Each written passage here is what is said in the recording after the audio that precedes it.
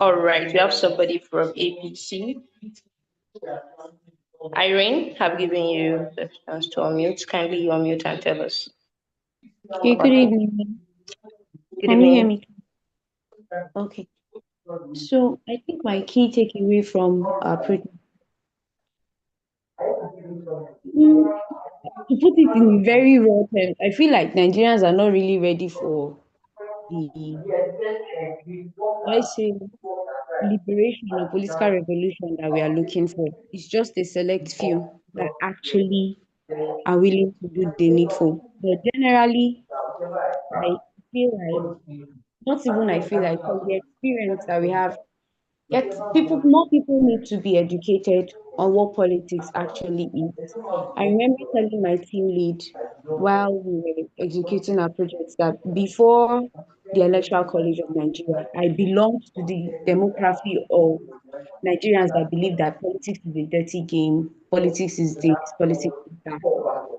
And now that I have been enlightened to an extent, looking back to where I came from, it feels like there's still so much work to be done. Like so much work to be done.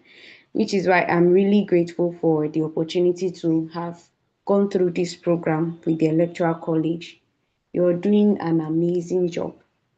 And I think the second thing I got from that exercise was that whatever we put our mind to, we will achieve, quite literally, because at the end of the day, against all odds, we were able to accomplish that project. So those were my biggest takeaways from the execution of that project. Thank you, ma'am. All right, thank you very much, Irene. I love your takes on this. The more you know, they say the more you know that you do not know. So I love the fact that you have been enlightened by Electoral College and you were able to impact other people as well.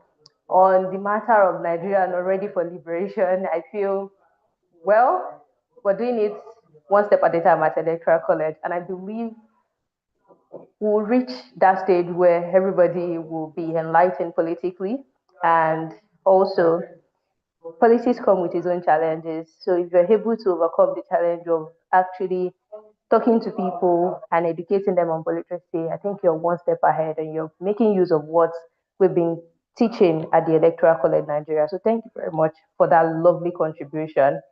So do we have anybody from ADC, ZLP that would like to contribute as well?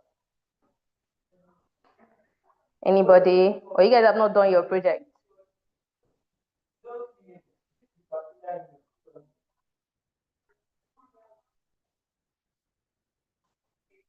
Is it ZLP chairman in class? Or ADC, all right. Samuel Babangida, you have the floor.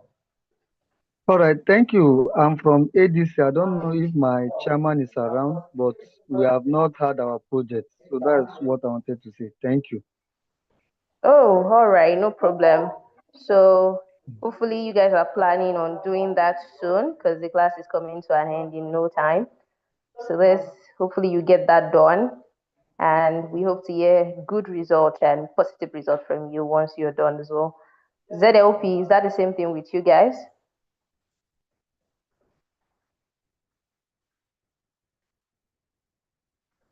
Good evening. Please, can I be heard? Yes, you can. All right. Good evening, everyone. My name is Christophine, representing ZLP.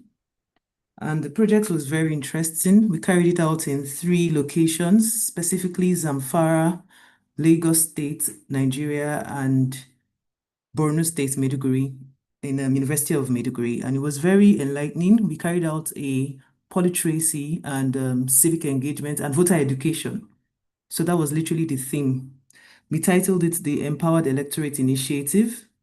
And what we sought to do was to teach the participants what to do before an election, during an election, and after an election.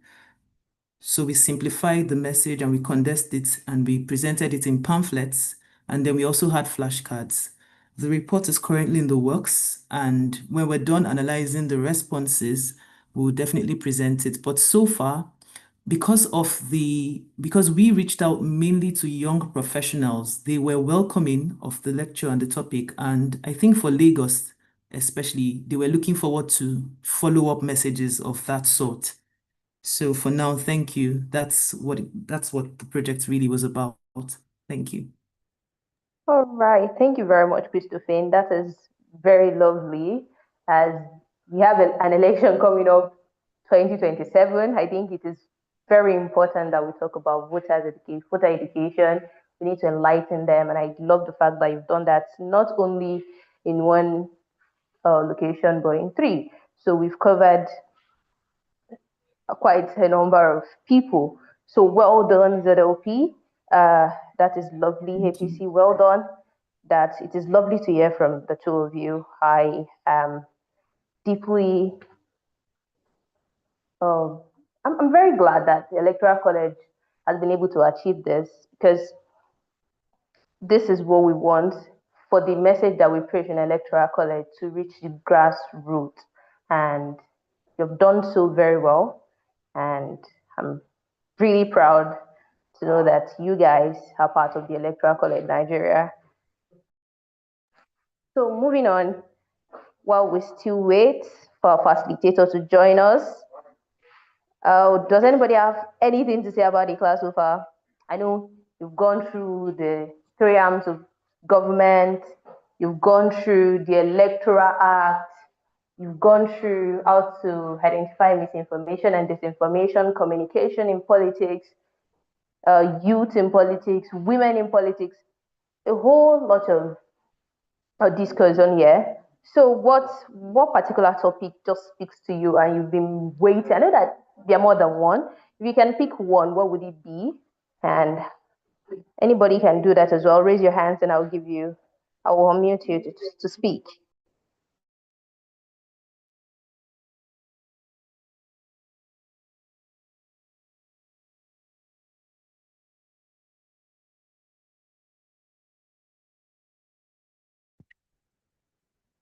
All right, Esther, I've asked you to unmute. You can go ahead. Good evening, everyone. Good evening. Yeah, so the topics have been particularly eye-opening, from advocacy to the topics have just been a lineup of very interesting subject matters and all of that. But then particularly the topic around political communication, it just struck me because I have been in that space and I know how one thing can just alter the course of something or cause problem for, say, the people that are involved. So for me, it was something that I gleaned a lot from, and I'm, pausing to check, okay, if something really happens in the heat of the moment, what responses? Am I driven by emotions? Am I calculative? Am I foresighted? How do I first react when something goes wrong? So yeah, that was quite an interesting discourse. Thank you.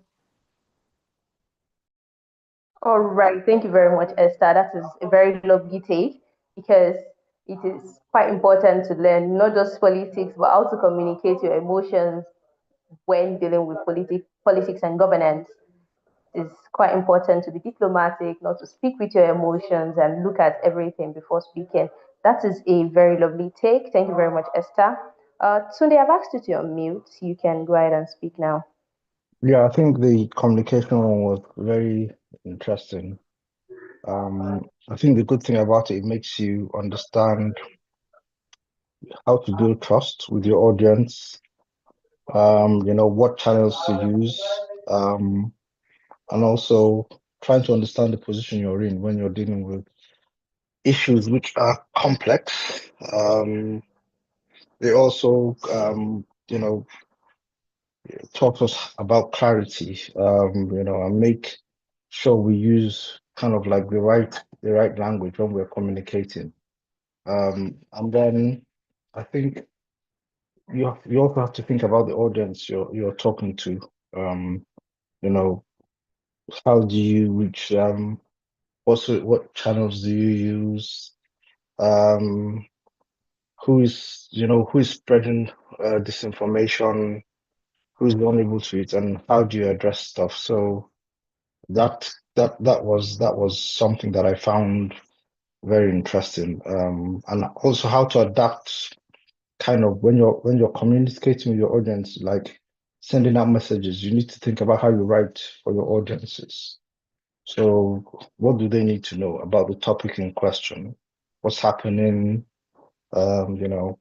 Also how when it comes to public, if you're discussing with the public, you've got what you have to be extremely careful, but take time out. Think about the emotions. When do you have to do a news release, social media, So yeah, to me, it was very interesting. That one was an eye opener. All right. Thank you very much, Mr. Tunde. That was such a lovely contribution. Who are you talking to? What do the audience need to know? What do the citizens have to know? And who exactly is the spokesperson who is passing this information so as to know the level at which people will take it seriously? So that was a lovely take. I am so glad that you've been able to learn that in the Electoral College. I don't know. Let me check if our facilitator is in class now so that we can proceed.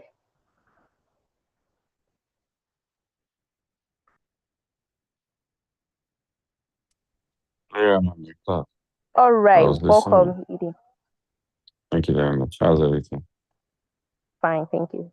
We've wasted quite some time, so I believe we can jump straight to the class. Who's handling the slides today? That will be Mobolaji. Okay. Mobalaji, are you ready for my cue? Let's remain on the main slide first. There's no need to move it across. Let's take it on the first slide first. So good day, cohorts. I can jump straight into class, Miriam, now, can't I? Sure, Edie. Hello? Sure, Edie. Yes, you have the floor, Edie. Yeah, okay. Good day, everyone. It's a pleasure to be here. I'm sorry if you it's raining where I am, so I was jumping in between point A and point B, trying to get to a stable place that I could have very good internet to be able to hold the class. So good evening, everyone. I know that we've covered quite some time together. It's amazing that some people still leave their names as a Zoom user in the class. For me, I don't really care. You reduce the number of certificates you have to give out. I don't have a problem with that. I don't know why, some rules have to be flogged more than necessary. Secondly, I also would like to make a quick mention. And APC, I came to your cohort group here today. We're really disappointed that, you didn't plan a backup as regards your chairman and point. So while I understand that there was no lights in Jalingo and etc., I must also take action against inaction. So is Lisa here? Miriam, you're here? Yes, I'm here, Edie. And yeah, I'll be subtracting 3 points from APC. Please note that. All right, noted, Edie. Because everybody could have had network issues, could have had any other thing. What happens, I don't need to tell you that you make countermeasures, you make counter moves on everything. And if that's not done, then we have quite the problem where and you're getting off easy, trust me. I was ready to collapse the party into two parties, ensure that your schools, I wiped out 3 attendance points, and I was ready to really do a lot. So trust me, you got off very easy. You understand? Very, very easy. You got off very easy. So today's class, the psychology of politics, myths, and realities. Now, it's common in Nigeria to assume that there is no psychology to politics or there is no click to politics. People just go in politics and it just happens. I think today, even while discussing on management team, which we have every Friday with Electoral College management, we're debating over something data and context of data, how data is being used and the context of how it's used. A lot of people have used strategy, and I would say I've been part of probably some of the most ingenious campaigns I think I've seen run in Nigeria. And I would like to add, it wasn't easy. it came with quite a lot of stress, but I am exclusively grateful and thankful to have been a part of it, to have seen Nigeria from that perspective, or to have even thought maybe this was possible. And spend a lot of time trying to tell a lot of people that politics in Nigeria is not exactly how you think it is. So now there's the general assumption where we think, or it comes to the customer mind, that the way politics is being handled is what we think is. Or, you just get money, just give it to money. If I believe, Osho should have taught you it's not about money. APC governors alone put in 31 billion, 31 governors. So that's 31 billion. Each governor gave a billion to the party. As regardless of the kind of funds, that's more funds that I didn't think you cannot take 31 billion from coffers of Osun State. So it clearly means that there's a psychology to politics, and there are the myth and realities of politics which we face in Nigeria, which a lot of us don't want to agree with. A lot of us look at the Osun campaign and scream, Adeleke won. The question is, how did he do it? One of the key factors which, and I was quite on Channels TV for a while that day, I think about roughly an hour and a half or 2 hours, and everybody keeps thinking, how did he do it? Number one, you cannot ignore whose mic is on, please. Question is, how did he do it? A lot of people will negate how he did it. They will undermine how it was done. At the end of this class, I hope that you'll be able to picture what exactly goes on in Nigerian politics and how things could happen. So could I have the first slide, please? Thank you very much.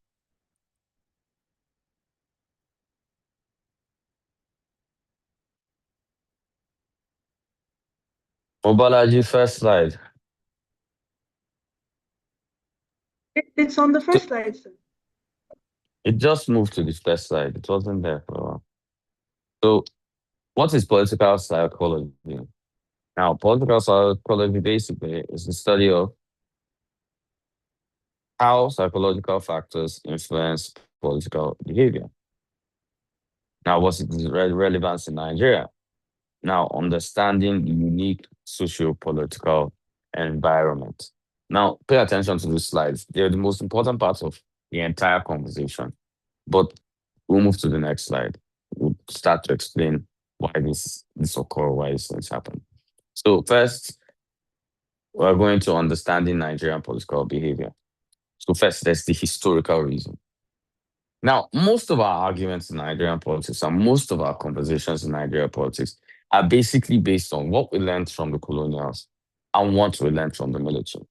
Like now, Nigerians are, the president suspended the governor of Rivers State. Oh, cool. That's not supposed to happen in a democracy. But our adaptation and our mental organization of how military has operated so much does not leave us any form of government to look up to. If we're going to put in a democracy now, we would have to have a democracy that would become the flat line for democracy and start to work towards it. But when your role models are military rule, and I don't say that there hasn't been democratical governments that could be role models, but here's the conversation. Nothing has really been done.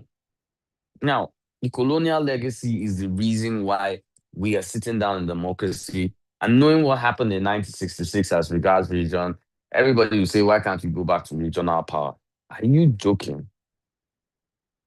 Region is fast in Nigeria. And I'll tell you why. Region tends to breed something that Nigeria does not want. So it's not regional power that is the problem. But when we separate into regions, it's like we separate ourselves into three major, what they call them, languages.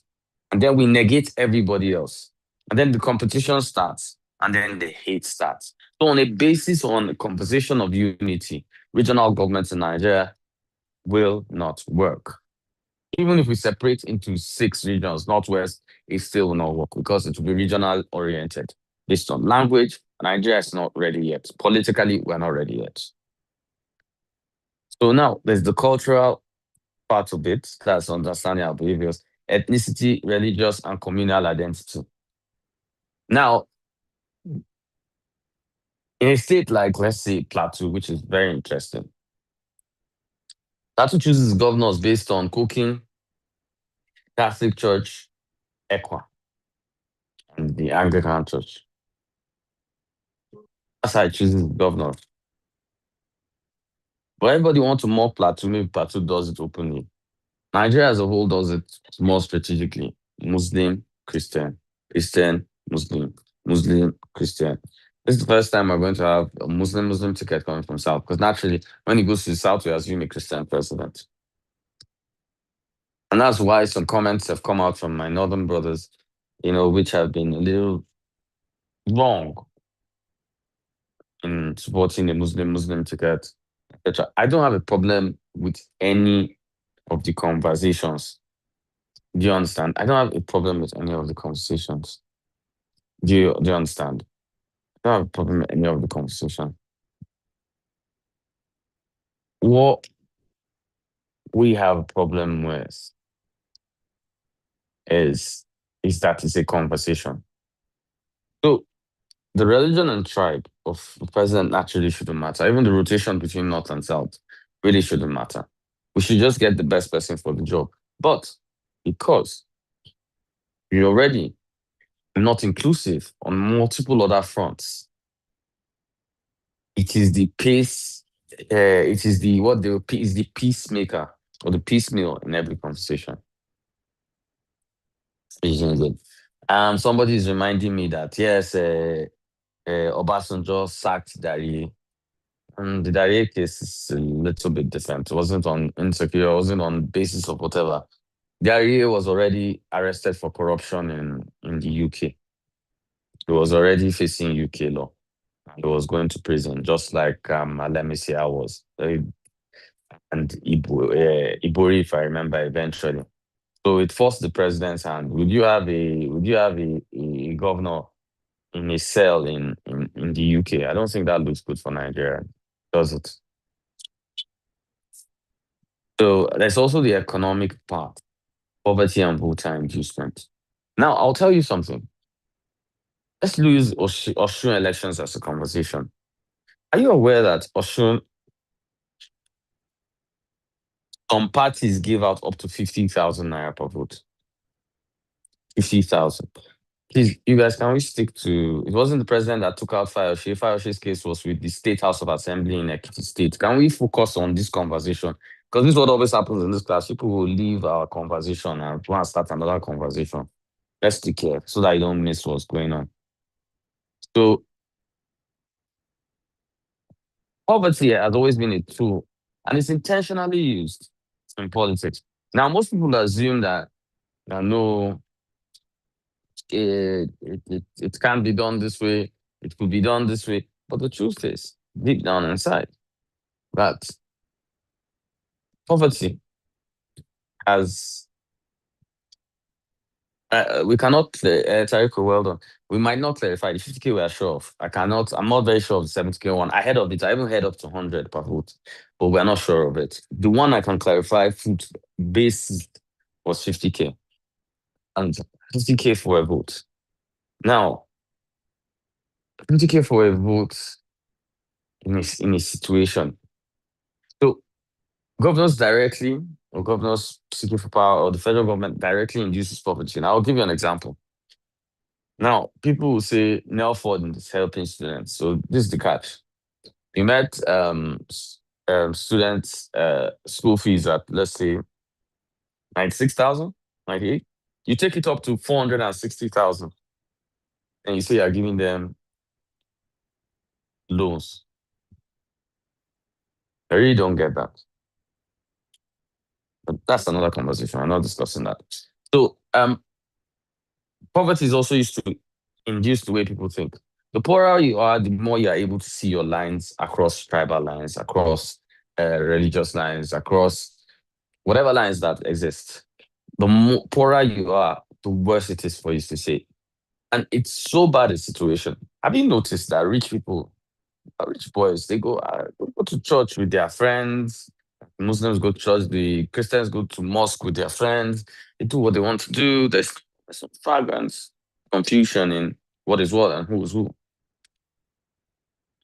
But when you come down line to, all of us, Miriam will say, it's because ED is Christian. All the powers in electoral college are Christian. All the powers in some are Muslim. Some will say they are not even regionally divided. Kunle Lawal, ED of the electoral college, is from Kwara State. Lisa Wumi Hassan Bello, DED from Kwara State. We don't know how that happened, though, but it happened from Kwara State. Now the point is, are there anyone better than them to deliver such a job?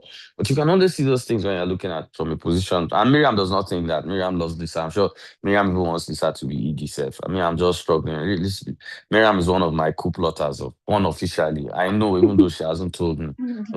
Unofficially, she is behind her boss. They are both working against me. So that's an electoral college joke.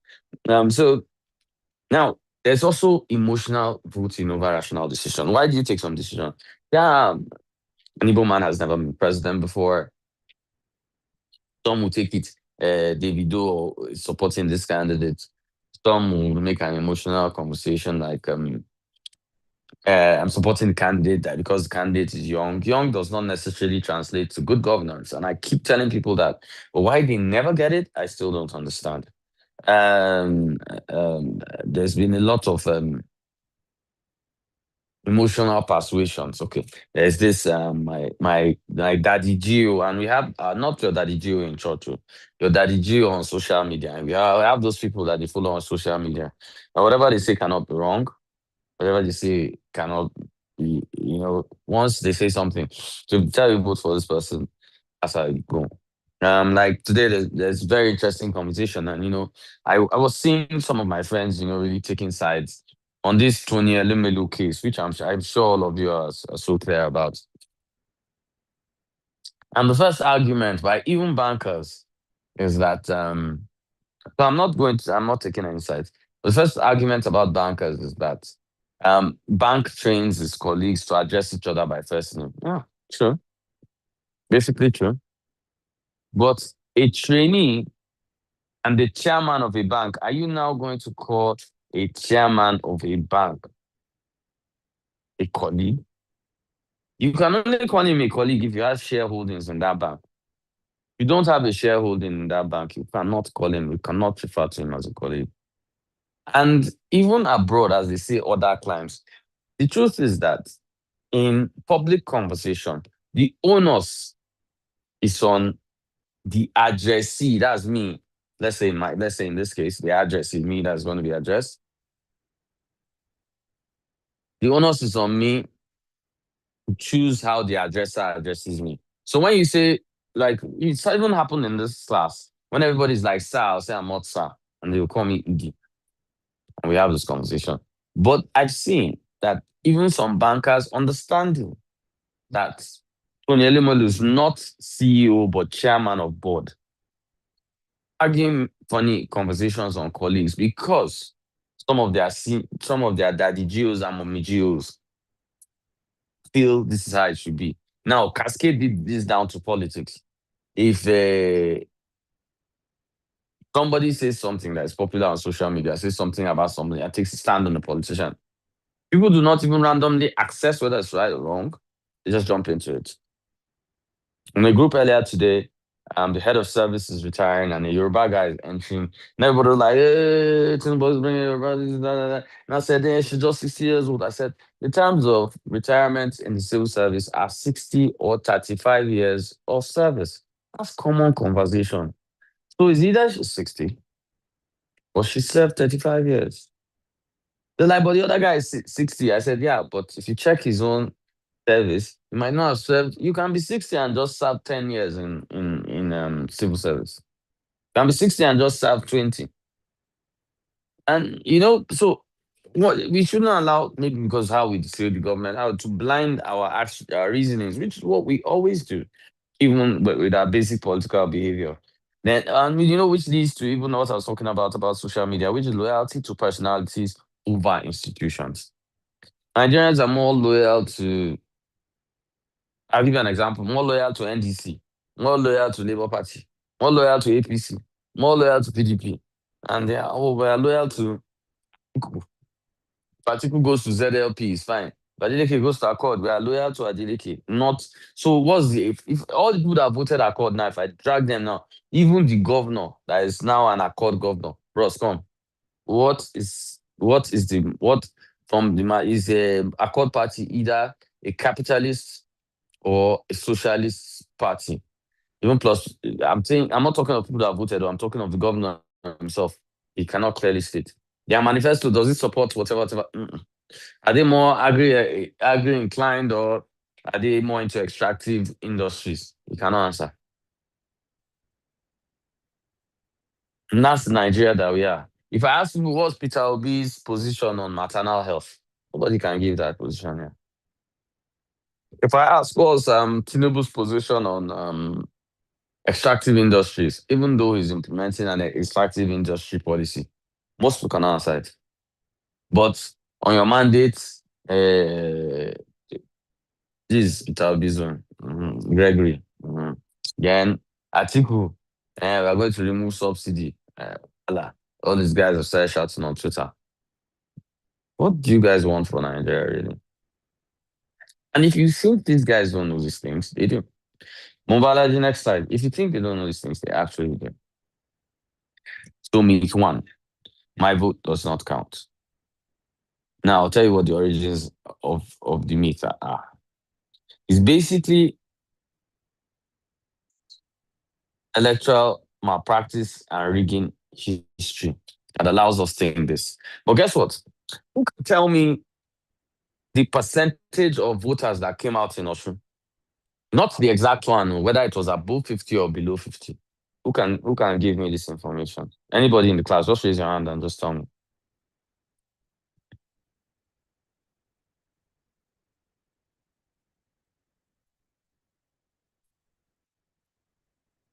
Miriam, is there anybody with their hands on?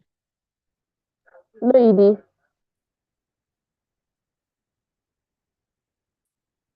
Can't see it from here. Wait. So in this whole class, you want to tell me that nobody thought to say, Iggy is always talking about these percentages and cool. Let me even just take a look at the percentage of voting in Osun State. Nobody.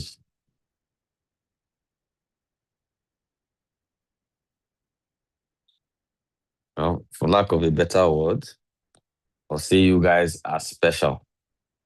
Edie, we have somebody. Okay. I don't know.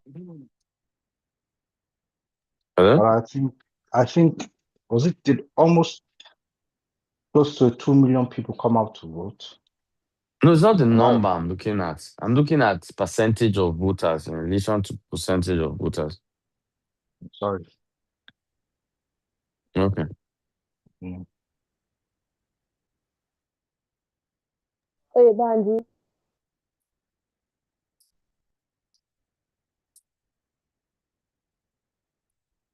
Miriam, is there anybody else? Yeah, somebody raised this hand. Banji, I've asked him to unmute, but I don't know. Okay. Yeah, we have 52% of voters that came out. Yes, to vote. percentage of voting, yes. Yes, sir. It was actually 51 point something, but let's round it to 52. Okay, sir.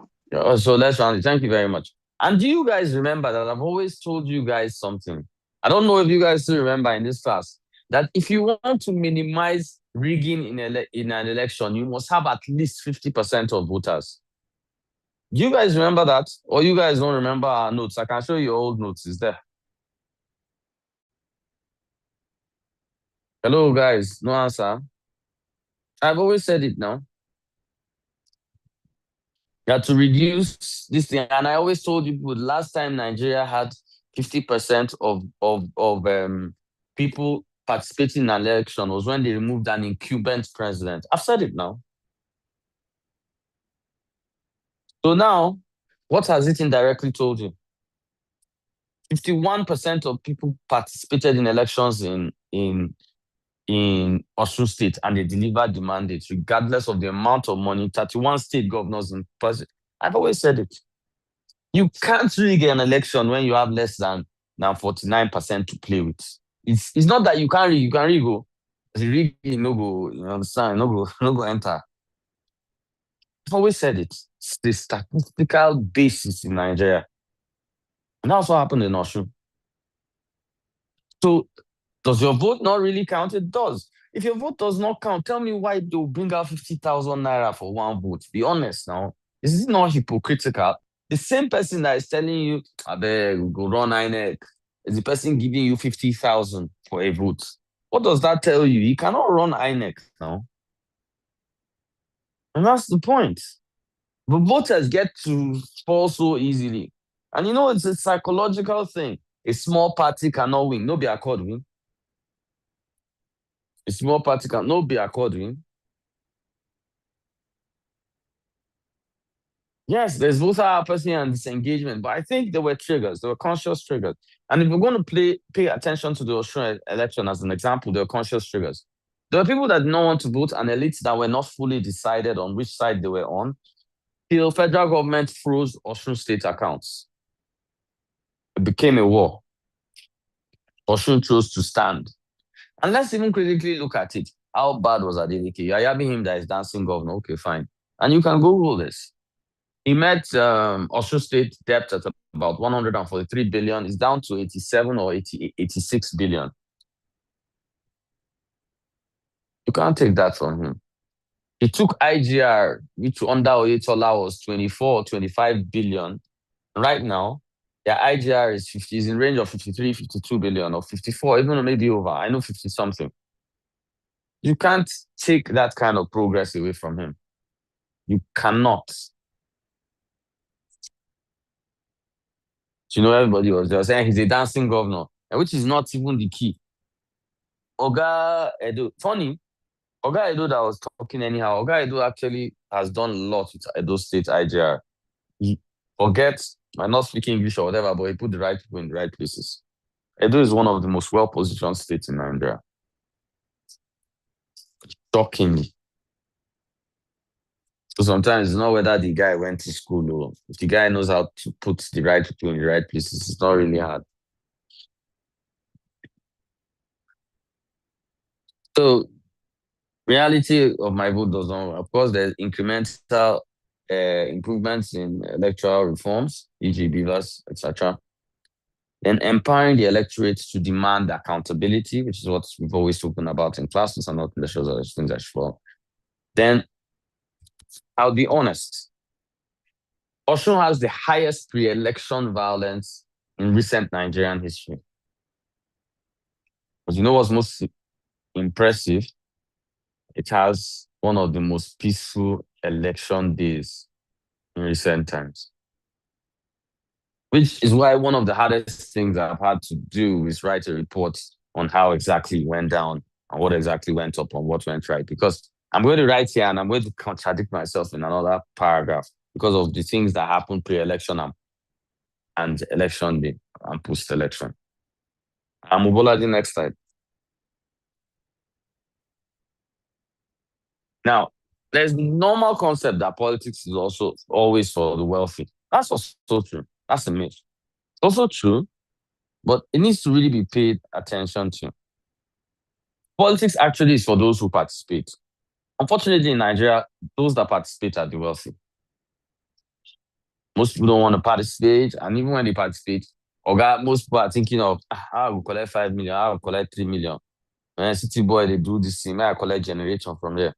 So financial, of course, is a prerequisite for political entry.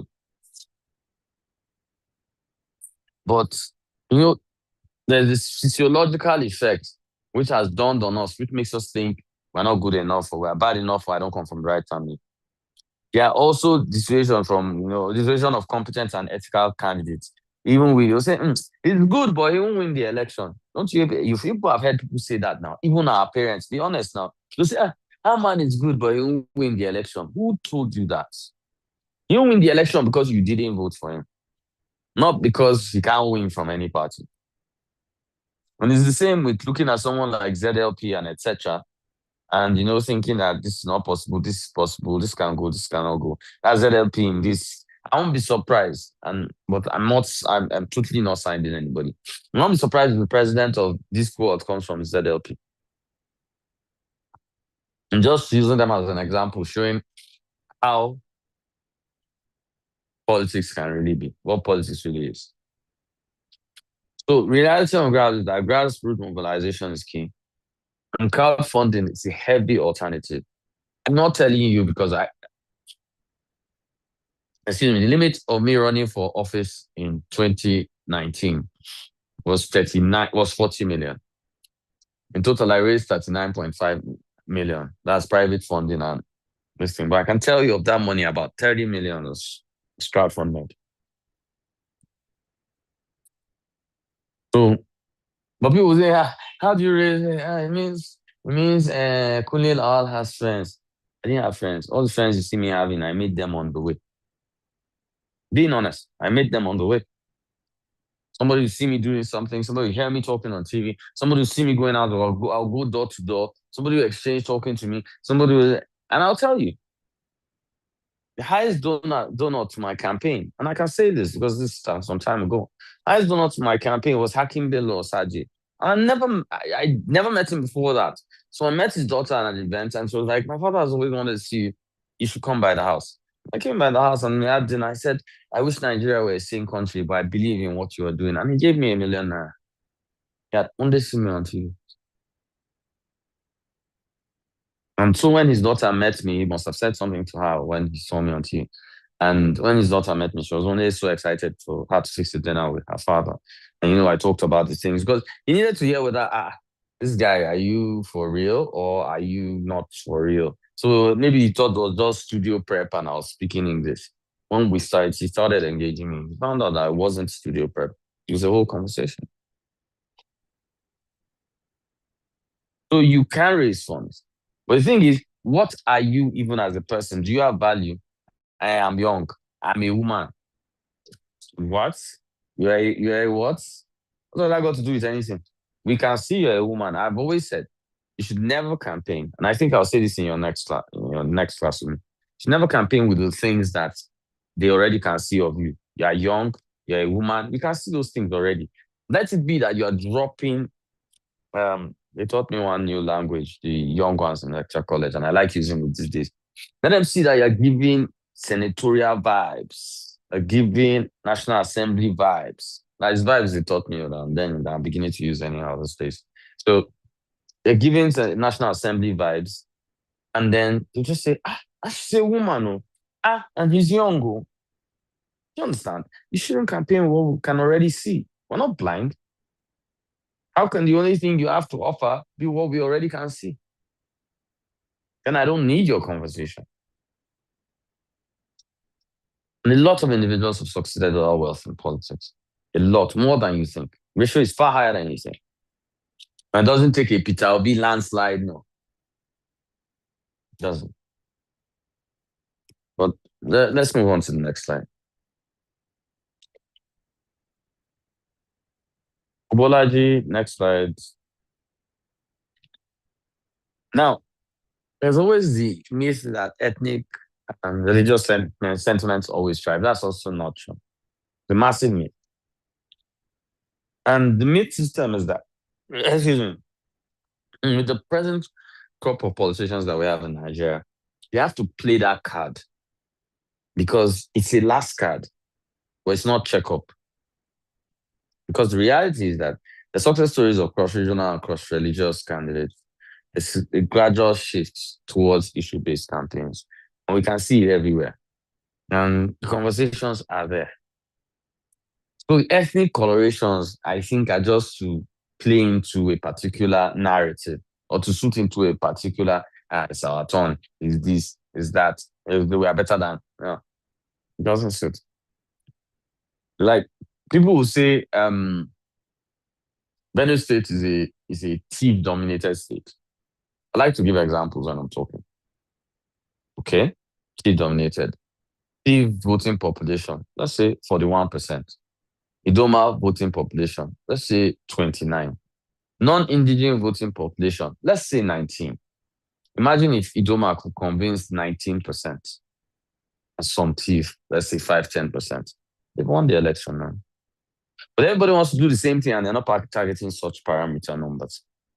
If you're not, how are you going to win?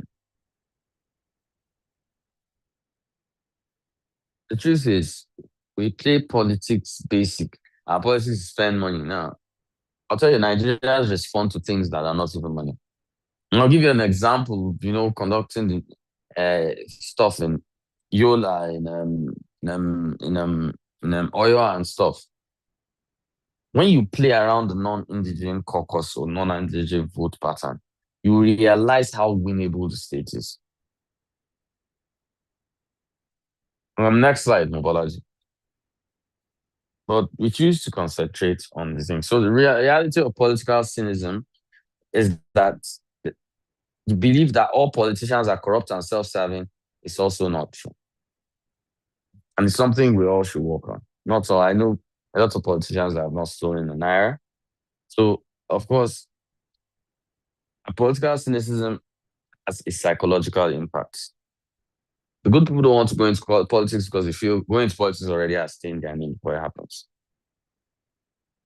It also reduces massive citizen engagement in governments. And then there's the normalization of unethical political behavior, like suspending local government chairman and suspending governor. And any counteracting cynicism, which is Kunila probably talking. What does he know? Has he won an election? I'm not. But, there's that counteracting cynicism. And, what they know, how they did, how it works. Everybody has a dream of what they want Nigeria to be. Everybody has a dream of what Nigeria could be. And what the difference is, and this is what I believe.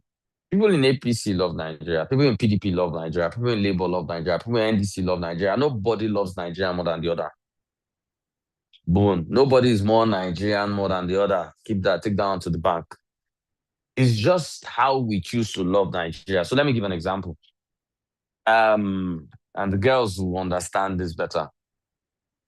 So women have multiple. I'm not saying they keep multiple toasters. That's not what I'm saying. But they have multiple toasters at any point. So let's give an example. There's Kune that is toasting, and all Kune is saying is yeah, the sugar in my tea. I'm using words. I can say yeah, the minute I want to be a second to nobody should pay attention. I'll steal my answer. I'm good with words. So back to what I was saying. So yeah, the minute I want to be a second to Nukune is just hands. And there can be where's my favorite guy? No offense. There could be,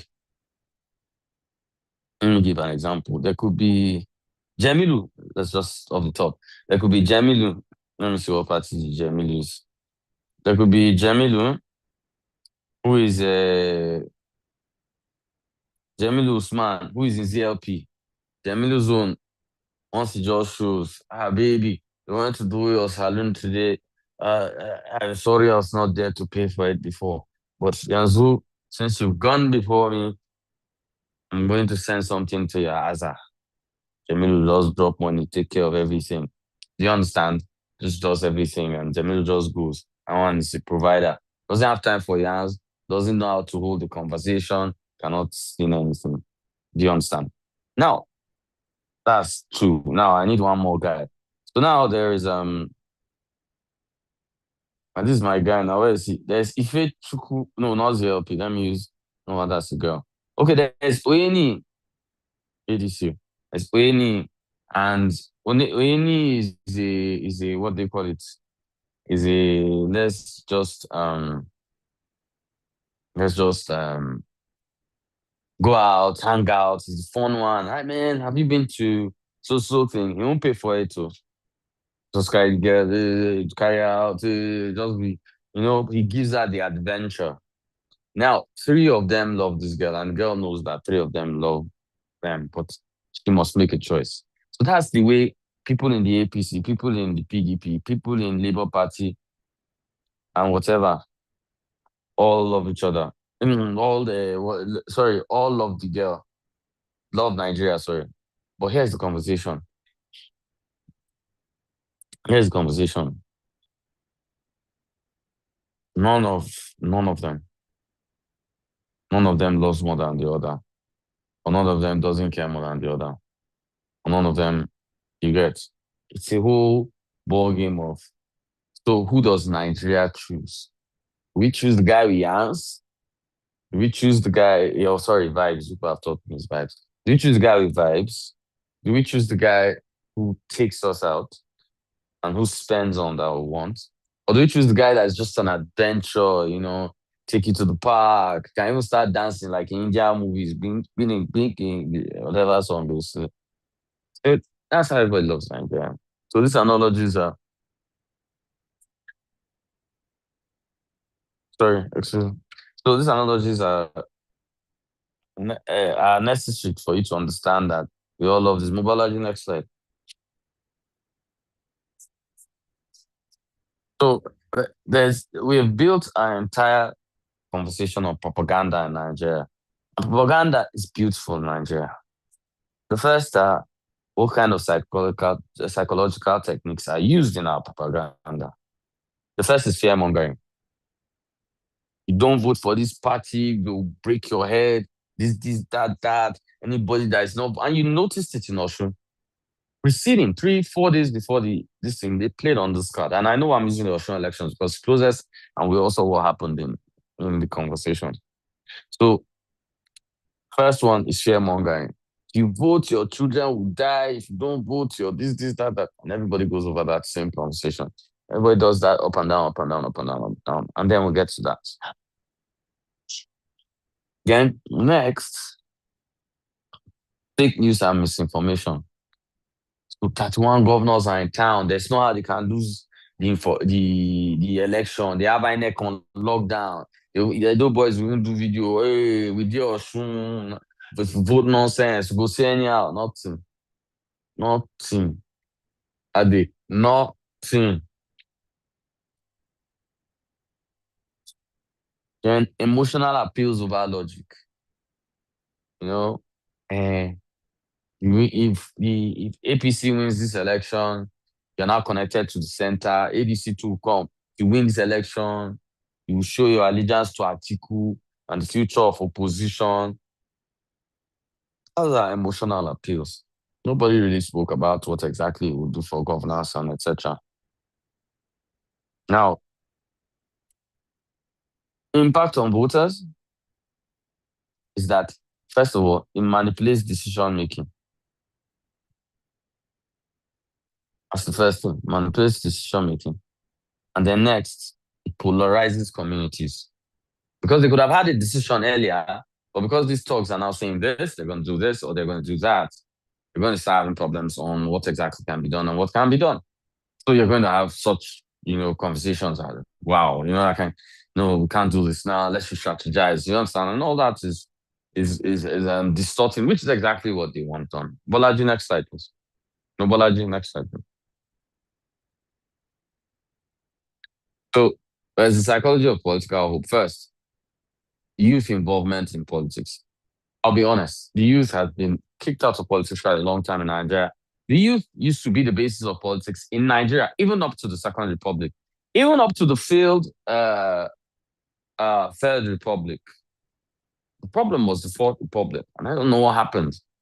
It just seems those that thought they fought for democracy, or those that assumed they were in conversations with democracy, thought that the Fourth Republic was their birthright.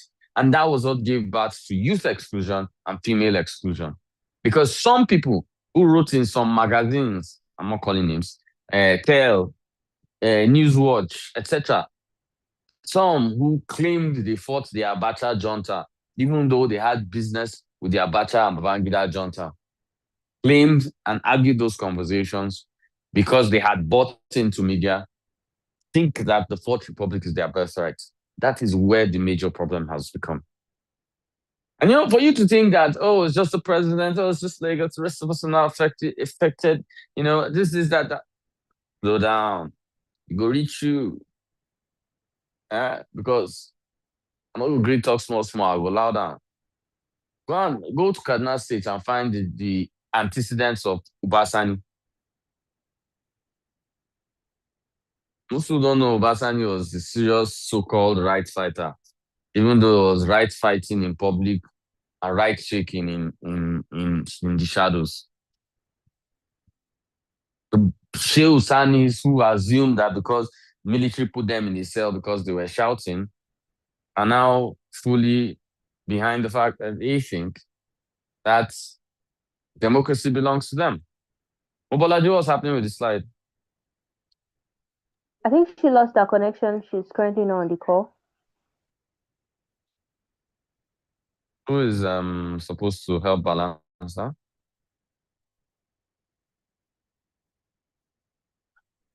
Sebastian is already doing that. Okay. So what are the so as in rising awareness in political governance issues in Nigeria, which is bringing the political literacy conversations into bigger conversations, into more conversations, and as you can see, it's changing things. And there's the increased advocacy and community population. You're here as a result of advocacy, which is what we're doing. Next slide, please. Which is trying to attempt to say, no, you could alter this. So what are the actionable solutions? Building political awareness, socializing the constitution, fostering inclusive politics, supporting marginalized groups, encouraging debates and issue-based campaigns, and massive orientation and political literacy. I don't think I need to define these things. They are things you've learned over your classes till today. So next slide. So in conclusion, the ignorance of one voter in a democracy impairs the security of all, as John F. Kennedy. So let us commit to understanding the myths and realities of our political system for informed citizens to create a stronger Nigeria. For the love of country, my name is Kunle Lawal, and thank you. It's been a great conversation. Cheers. You can pull down the slides. We'll continue with our conversations. Yeah, thank you very much, everyone. All right. Thank you very much, Edie. That was a lovely class as always. Very informative, and I can see some people clapping. It is truly beautiful. So we have come to the question and answer session. So if you have any questions, please raise your hands and let Edie address it. And you can also drop them in the chat box, and I'm going to read them out. So questions, anyone?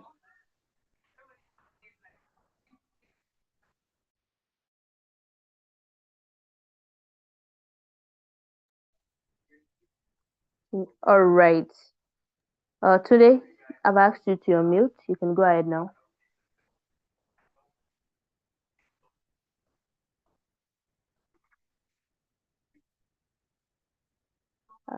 Today, are you there? Can you hear me? Yes, we can. You can hear me? Yes. Hello? Yes, we can. Go ahead. Yeah, do you think key roles, do you think data, for example, like poll surveys and focus group might transform or look at emotions when it comes to the psychology of politics? And do we need to look at trends, behavioral trends? Tunde, you might need to raise your voice a little bit. I'm not hearing you clearly. Hello? Yeah, sorry, hold on. Let me come off. I'll come off speaker. Sorry, can you hear me now? Yes, I can hear you now.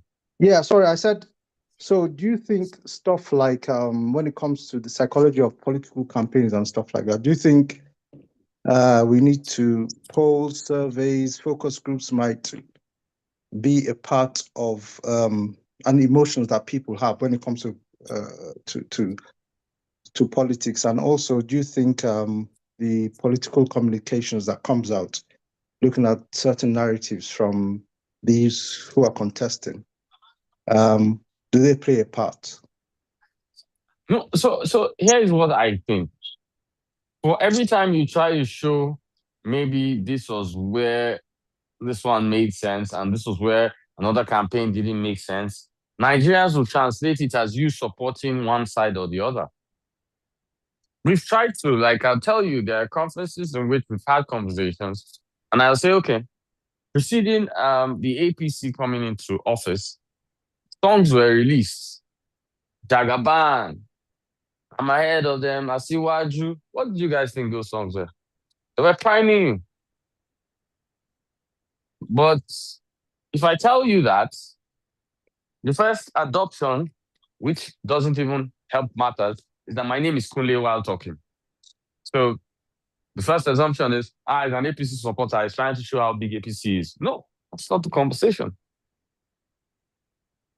And I'm sure till I said this particular thing in this room, none of you would have ever thought you were being primed. But you accepted that song. And you accepted it on the basis that I'm ahead of them. Asiwaju, great song. Or Jagaban, and people were just Jagabaning up and down. It was easier for you to accept the presidency of Bola Ahmed Tinubu at the time. Your mind would be softer because it was already something your mind had recognized. It came to you as a song, yes, but it had entered your subconscious. And I know as I'm saying it, a lot of you are beginning to feel bad about it. Don't feel bad. A lot of people are paid good money to make you have that exact emotional response. Even if you didn't like Tinubu, you would tolerate him as president based on those songs. So sometimes if you want to point these things out, people will say, his name is Kunle, he's whatever. So you rather just keep quiet and then wait for the kind of crowd you can have this kind of conversations. And then have the conversation. So I don't think it's something you can publicly release in Nigeria because we receive quite a lot of bias, but something that's worth looking into. All right. Thank you very much, Edie. Do we have any other questions? Or maybe contribution even? Anyone at all? There's nothing in the chat box and nobody is raising their hands. Now, was the class that simple? Should I set a test for all of you individually on this particular topic? Since the class seems so simple that nobody is even having a question to ask. Guys. I believe they understood already.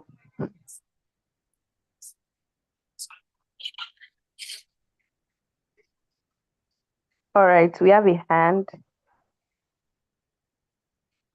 Timothy, you've asked you to unmute. Yeah, thank you so much, EP. Apologies, I was not in the class all through. I didn't know I was locked out and I was trying to connect. It took a long time before I was able to connect. But sir, I want to ask because just as you have taught us and as many of us actually know that this psychology of a thing that political class usually use to gag the people could be very enormous, just as you can see in the case of Oshun and several other places where we have had, especially up-cycle election. How best do you think the common people, the citizens, the voters, can manage, I said they now, not the government, how can the ordinary citizen actually manage such a barrage of psychological manipulation of the people ahead of the election or during the election, even after the election? Thank you so much. Let me ask you a question. Since you joined this class, how do you see politics? Just a simple question. Politics, I may not be able to give a direct response because... Okay, let me give you a better question. Let me give you a better question. All right. With what you've learned from this class, will you be phased if you were from Oshun with the talks and whatever? Yes or no? Will I be? No, not at all. Okay, so not beautiful. The only way people can overcome it is by improving political literacy and understanding what can be done and what can be done. You have your answer. You've always had your answer. Yes, sir. Thank you, sir. Yeah. Thank you so much, sir. Yes, sir. Okay, so we have a question in the chat box by Olale Taufik from ZLP. He asks, in a party setting, if a secretary who also serves as an observer in the party's electoral process openly campaigns for a particular candidate and that candidate eventually wins the election, how should the situation be handled? Does the secretary's conduct constitute a conflict of interest or undermine the credibility of the electoral process? And what would be the appropriate accountability measure? First and foremost, if I'm right, the secretary is serving as an observer in a party's electoral process. An observer does not campaign for a candidate. That's a conflict of interest. That's the first problem. The second will be, does it undermine? Yes, it does. Imagine the United Nations campaigning for Peter Obi. Or imagine a European Union campaigning for Atiku Abubakar. You're asking me whether it's a conflict of interest. Yes, it is a conflict of interest. And if anybody emanated from that election in that manner, be null and void.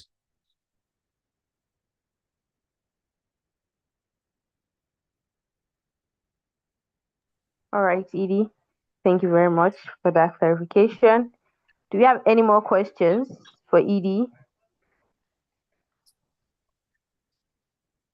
Okay, since we do not have any other question, I believe we've all learned so much about the psychology of politics from the religious perspective, our cultural views, our emotions, how they affect how we reason and how we make our decisions in politics. And I hope that from today, we'll be able to change that and also educate voters on these things so that we can reach out to more Nigerians. So thank you very much, Edie. It's a lovely class as always. If there is no further question, I believe we're going to bring the class to a close here. So thank you very much once again, Edie. Okay, See you guys in the next class. Have a wonderful weekend, everybody. Thank you very much. Cheers.